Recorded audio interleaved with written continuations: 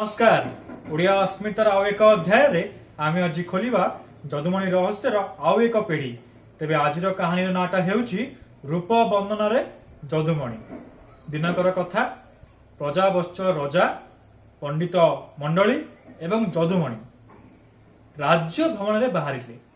प्रजांकर सुख दुख बुझिबा सह राज्यर आईन कानून व्यवस्था केमती अछि देखिया पई राजा जाइचंती। जाऊ जाऊ हठात एक बेश्या नगरी रे उपनीत होइचंती बा उपस्थित होइचंती। बेश्या माने राजा को एवं कवि को देखि नतमस्तक हेले, प्रणाम जणाइले एवं कवि एवं राजा मध्य टिके मोहित हेई गले। सूर्य अस्त हबाकू आसिलेनी। वन गिरी लता एक अपूर्व सौंदर्य भरपूर। राजा पंडित मंडली कवि मंडली को एई प्राकृतिक सौंदर्य उपरे एक कविता बोलिया पई कहिले।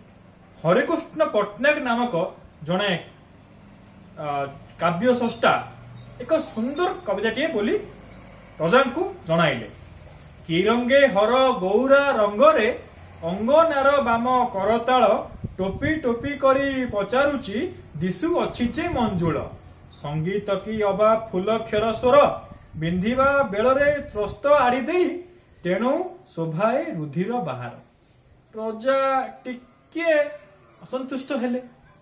कवि जदुमणि राजांकर मनोभाव पढ़ीदेले एवं पंडित मंडली को खुशी करई राजा को मध्य केमिति खुशी करई हबो से चिंतार जदुमणि एक सुंदर कविताटे पाठ कले। कौन कहिले?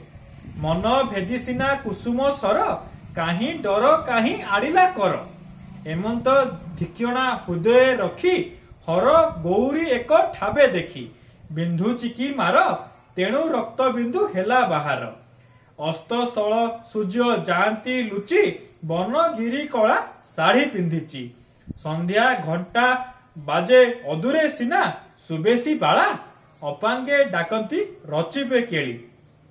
राजा आनंदित हेले। जदुमणि को शाबाशी देले एवं जदुमणि को कहिले, जदुमणि मोर मन कथा केवल तमे ही बुझी पारिबो। एवं समस्ते ठोटा हेई हसी राजभवन को प्रत्यावर्तन कले। एई थिला रूप बंदना रे कवि जदुमणि। पुणी देखाबा आसंता अध्याय रे आउ एक जदुमणि रहस्य को नहीं। से जाए रहिली। धन्यवाद।